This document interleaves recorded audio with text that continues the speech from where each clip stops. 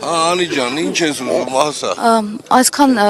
մեծ թվով ոստիկանական ուժեր են կենտրոնացել, արդյոք Մայրաթոռը այն վայրն է, որտեղ անընդհատ պիտի այսպես ոստիկանական ուժային գրոհ լինի։ Ես չեմ կարծում, որ ըստ ձեր ասացի ուժային գրոհ պետք է լինի կամ ինչ որ անախորժ պահվածքներ պետք է լինեն։ Իսկ ինչի համար են իրենք եկել։ Երևի այդպես խնդիր են ստացել։ Ես ուղղակի տրամաբանությունը ուշում եմ, որ օրինակ պիտի հանցանքի մասին օպերատիվ տեղեկատվություն ստացված լինեն կամ ինչ-որ մի բան, որը կարող է արդարացնել, որովհետև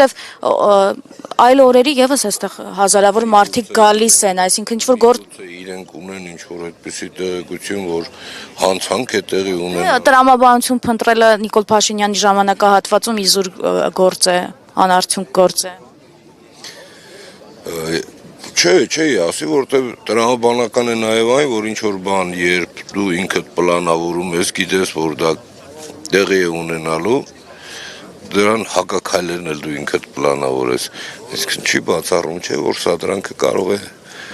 այլ տեղում պլանավորված լինի։ Եվ ըստ այդմ էլ գործողություններին պետք է պատրաստ լինեն։ Իսկ ձեր կարծիքով կհասնեն նրան, որ վեհապարը ընկրկի վերջո։ Չեմ կարծում։